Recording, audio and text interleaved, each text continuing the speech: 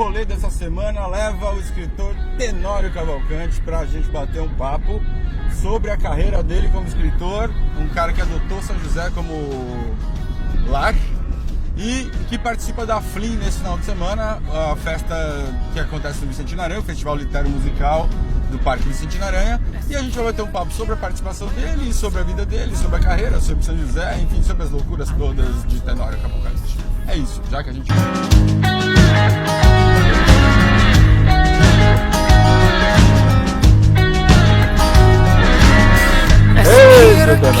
Faz favor.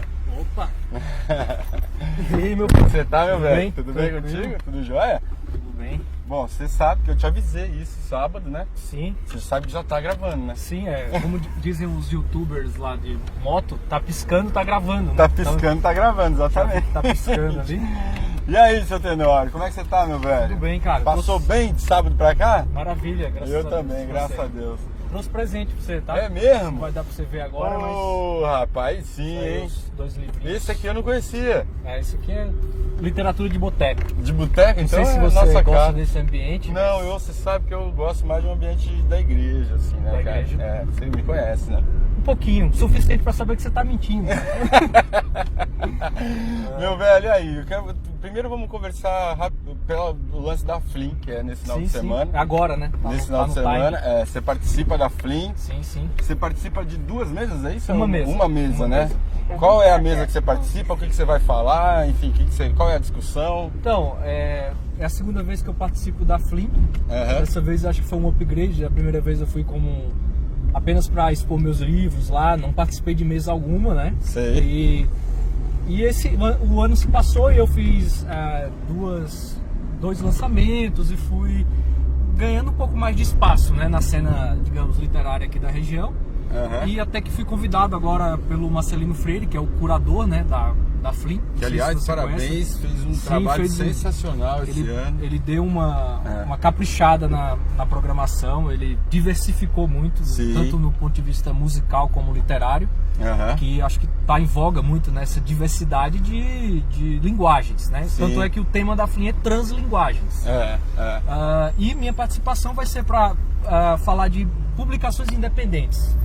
Acho que o Marcelino escolheu a dedo um pessoal que tem uma história com a publicação independente, né? Eu acho que todo escritor começa independente, né? E claro. Independente, eu digo, tem muitos espectadores, eu acho que não conhecem muito do universo. Independente é basicamente quem se banca no começo. Sem uma editora, sem ninguém para publicar o seu material. Exatamente, quem não tem ainda, porque eu digo que eu não dispenso jamais as editoras, né? As grandes, as médias, as pequenas. Eu acho que o trabalho das editoras são cruciais para qualquer carreira, né? Sim. Até porque elas têm uma estrutura de comunicação bacana por trás e a gente precisa disso. De tudo, Só que né?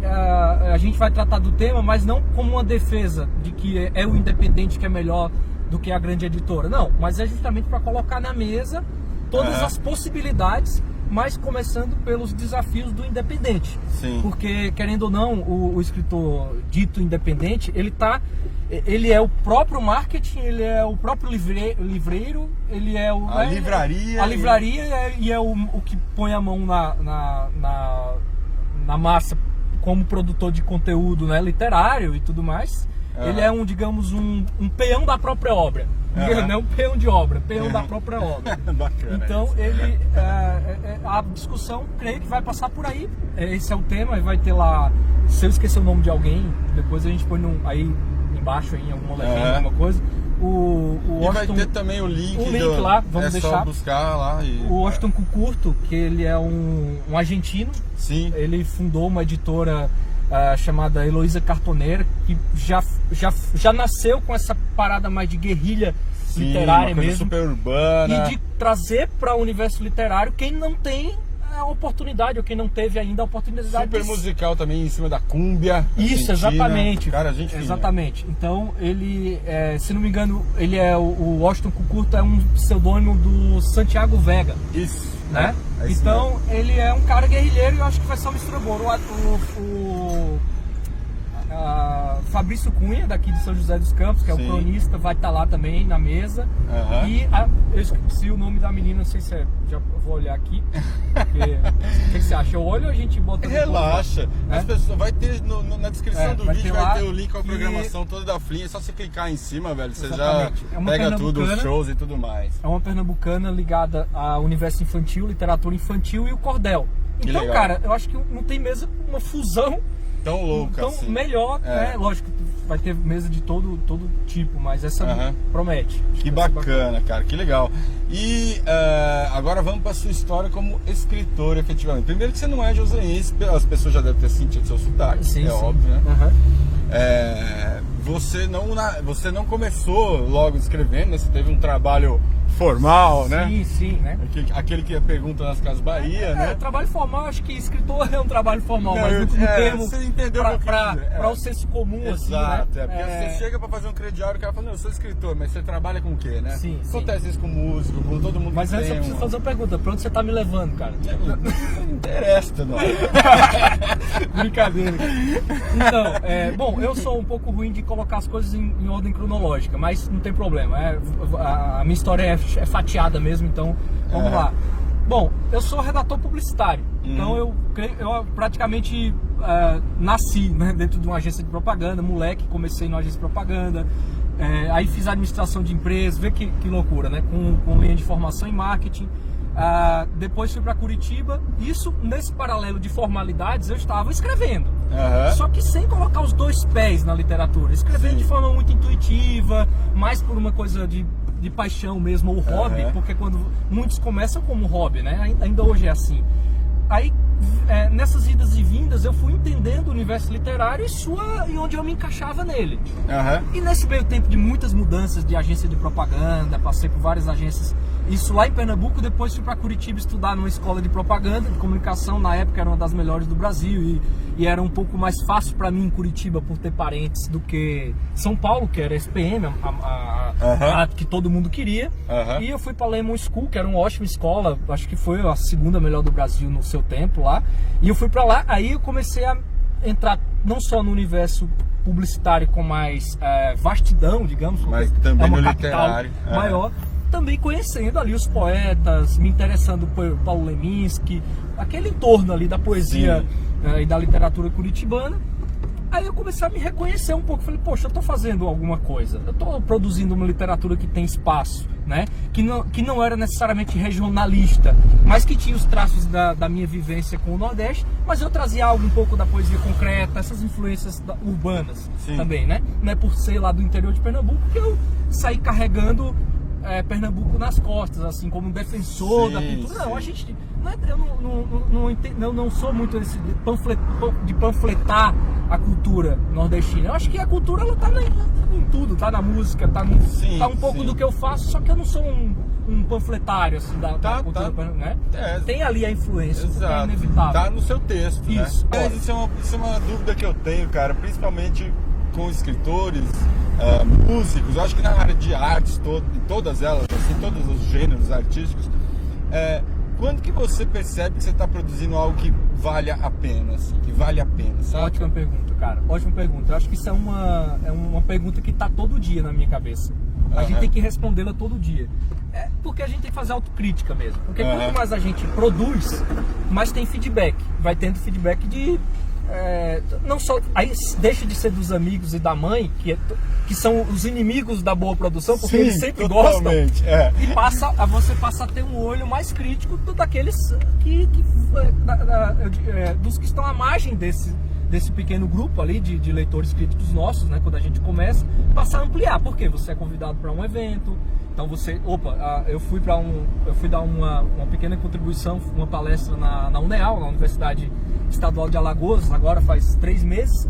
Lá eu já senti um pouco mais da crítica do acadêmico, então você, já aumenta a sua responsa. Aí você começa a sempre se voltar para aquilo que você está produzindo. E se reencaixando. Não é que você começa a mudar o jeito de produzir, mas você começa a melhorar alguns cacuetes também do que você tem na tua escrita. Aprimorar o ofício. Aprimorar. Aí agora respondendo, vai me cortando, cara, porque eu vou por terrenos assim meio... Então, quando eu de fato talvez tenha dado esse... Opa, peraí, foi no primeiro livro, que eu digo que é o primeiro, mas é o segundo, porque se eu disser que qual é o primeiro, vocês vão procurar e é uma porcaria, eu não quero que ninguém leia. Então eu considero que o primeiro é o Talagadas. Você tá fazendo isso para depois você vendendo no eBay. Eu vou mostrar, eu vou dizer que esse é o primeiro, que é o Talagadas, que eu falo que é literatura de boteco, porque foi nele que eu comecei a dizer, opa, tem alguma coisa. Aliás, você falando disso, de cordel, da coisa da infância, você viver isso, sábado à noite a gente esteve junto e eu tive a oportunidade de ler um texto seu que vai pro próximo livro, né? Não sei se é o próximo, mas é um o que tá aí preparando. Eu tô com ele preparado. E aí ele mostra já um pouco dessa coisa, até dessas vivências suas, né, cara? Muito da infância. Você tá indo para esse lado? O que tá batendo aí? Eu sempre digo que não tem um lado. Assim, o que você escreve sobre o quê? Que estilo é o teu? Eu sempre digo assim que o estilo é o livro que manda, né? Então, se você lê o Talagadas, ele é um livro, ele tem vida própria. Se você lê o O de Dentro, é outro livro, é uma novela com uma linguagem diferente, com um estilo diferente. Então, talvez o meu estilo, no final das contas, seja essa experimentação com a linguagem, mas principalmente do livro, ele obedecer a ele mesmo, ele ter a identidade própria. Sei. Então, esse que você lê um trecho lá, ou lê um conto todo, ele é um livro de poemas-contos, eu estou chamando de poemas-contos, ou poemas contados, que tem um tema, que esse tema é a minha infância. Só que não é necessariamente uma autobiografia, é uma invenção da minha infância também. Sei. Ou seja, óbvio que vai ter ali algum traço, puxar alguma coisa verdadeira. A ficção calcada na realidade. Exatamente. E outra, literatura não tem compromisso com a realidade. Quem tem compromisso com a realidade é a história, a filosofia, a sociologia, né? Agora, a gente tem compromisso com a invenção. Não é bacana você ter liberdade de inventar? Então eu vou reinventar a minha infância nesse livro. É a criatividade que faz a diferença, né, cara? Lógico que tem narrativas que se assemelham a histórias reais, mas eu não tenho nenhum compromisso com a história real. Senão eu seria um historiador, né? Eu seria um contador de histórias. Eu não sou um contador de histórias, necessariamente focado em causos da minha família, ou que existem vários. Documentarista, não. né? É invenção. Então, a minha matéria-prima também é a memória. Né? Também é a memória. Então, esse livro vai por aí. Se eu te falar assim, qual é a memória que você tem, a primeira coisa que vem na sua cabeça quando você lembra de Pernambuco, qual é a memória mais nítida que você tem? Olha, cuidado. Opa, rapaz. Cuidado que você sabe, né? Lá em Pernambuco o pessoal dirige assim, que nem São José. Todo lugar que eu andei. Eu morei em 11 cidades, cara. Não tinha diferença. Nossa, São José é uma cidade grande que o cara pensa que tá na roça. Barbeiro tem roça por aí que é um pouco mais civilizado. Não necessariamente daqui, eu tô falando do motorista em geral, né, cara? Mas enfim, não vamos desfocar muito. Você perguntou o que eu me lembrava. A primeira memória, cara, se eu te falar Pernambuco. Eu acabei de falar da feira. A feira sempre foi muito presente na minha vida, porque feira tem uma diversidade enorme, tem um universo ou universos muito ricos ali dentro. O que tem numa feira? Eu tô falando de feira, o tipo de feira que tem lá no Nordeste, né? Talvez não seja a feira que tem aqui. Feira livre, assim? Feira livre. E o que tem na feira? A feira tem arte, né? Tem arte, tem o cordel, tem a música, tem o pandeirista, tem o homem da cobra, aí tem a gastronomia da feira, que é aquela comida que é o almoço que você come sentado numa, chama tolda, né? Aquelas toldas, né? Aqui chamaria de toldo, mas ela chama de toldas. Você senta ali, almoça com um desconhecido que vem lá de um sítio, vem lá de uma fazenda, que está ali para vender seu feijão, que está ali para vender sua produção, né? Agrícola, né? E então a feira, eu acho que eu sou um pouco feira, sabe? Eu sou um pouco da feira. Eu circulo muito bem em muitos universos, assim. E eu acho que a literatura que eu tenho produzido, ela tem tirado um pouco dessa diversidade, né, de linguagens. Então a feira, eu acho que ela é uma coisa que me remete muito. E meu pai me levava, né, pra feira. Era nas sextas-feiras lá, e me levava, e eu adorava ficar mexendo nas coisas, agora, peraí, agora nas artes, né? Na artesanais, né? Uhum. Nas artes artesanais foi boa. Nos Fugiu a palavra. artesanatos. Nos artesanatos, também. Nos artesanatos. Os apitos feitos de madeira, os instrumentos musicais, né? Os pandeiros, zabumba. Então, eu acho que eu sempre fui... A feira, eu acho que me representa, assim. Minha memória tá muito na feira. Agora, eu não lembro se eu fiz essa pergunta pra você sábado, e eu tô fazendo essa pergunta pra alguns amigos meus, assim, por uma pura curiosidade, mas eu recebo umas respostas muito legais, assim. Se você pudesse ressuscitar uma pessoa pra conversar numa mesa de bar, quem você ressuscitaria, velho? Porra, boa pergunta, cara. Quem eu ressuscitaria? Pode ser meio clichê o que eu vou falar pra você, mas eu acho que eu ressuscitaria meu pai. Seu pai? Isso. Eu vou falar por quê. Não é aquela coisa, meu pai é meu herói, não. Eu não tive a oportunidade de ir pra uma mesa de boteco e tomar uma cachaçinha com meu pai e nem uma cerveja com meu pai, por exemplo. Não tira gosto. E ele era um boêmio, ele era um botequeiro, só que nós não nos encontramos nas gerações, entendeu? Entendi. Porque quando ele era esse cara botequeiro, que gostava de muitas amizades, eu não tava nessa fase. Eu tava saindo dali da adolescência, tava em outra, digamos, outra vibe, né? Eu tava tocando em banda de garagem, não bebia nada. Se bem que hoje a molecada tá bebendo muito cedo, eu não bebia, né? Eu vim beber tarde. Ou seja, eu tenho meu fígado tem um tempo aí pouco maior, de validade do maior. Que a geração que tá aí agora. Eu não posso dizer. Tomara que não bebam cedo. E agora, pra gente finalizar, assim, onde as pessoas podem encontrar seus livros, como elas podem comprar, e explique como te achar, enfim. Bom, meus livros, o Talagada, se você colocar lá livro Talagada, você vai encontrar ainda à venda em alguma livraria que eu tenha feito acordo, que eu não vou lembrar em qual tá online, então não vou prometer. Mas tem o meu site também, tenoriocavalcante.com. Lá você encontra os meus 2 últimos livros, dá para comprar por cartão lá, etc, aquela coisa normal. E eu mesmo envio aquela coisa do independente, né? Eu mesmo envio assinadinho com bastante carinho aí para quem quiser. Mas queria deixar aqui que vão lá na Flim.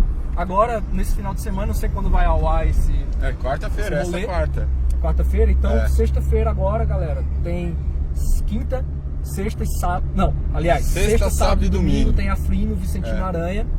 Olhei pouco pra câmera, né, porque eu não sou bom de câmera, mas agora 15, 16 e 17, esse final de semana agora. 17 tem Inácio Loyola Brandão, tem o Chico César que vai tocar, tem Laerte, cartunista, enfim. Tem até eu, né? Então, pra você ver como é diverso, né? Então, foi rápido, né? Eu tava meio nervoso, assim. Tenório, qual velho? Nervoso. Só queria saber se isso aqui vai parar num café agora ou não. Vai. Mas pra nós dois, a gente tomar o nosso cafezinho. Exatamente. Um café. Lógico. Café. Então tá bom. Bacana. Tenório. Valeu, cara. Obrigado. Muito obrigado mesmo. Semana que vem a gente volta, não sei com quem, não sei quando, não sei que horas, mas apareça na Flim, curta a mesa do Tenório, curta toda a Flim, porque é uma programação sensacional, feita por pessoas sensacionais e com muito carinho. Vai ser um evento muito legal para São José, para literatura, para música e para todo mundo. Apareça lá, vamos lá, Tenório, curta os autores daqui, que mesmo ele não sendo daqui, ele é doutor São José. Isso aí. Você ama esse lugar. A casa é onde a gente quer que seja. Exato. Nós, semana que vem a gente volta. Valeu.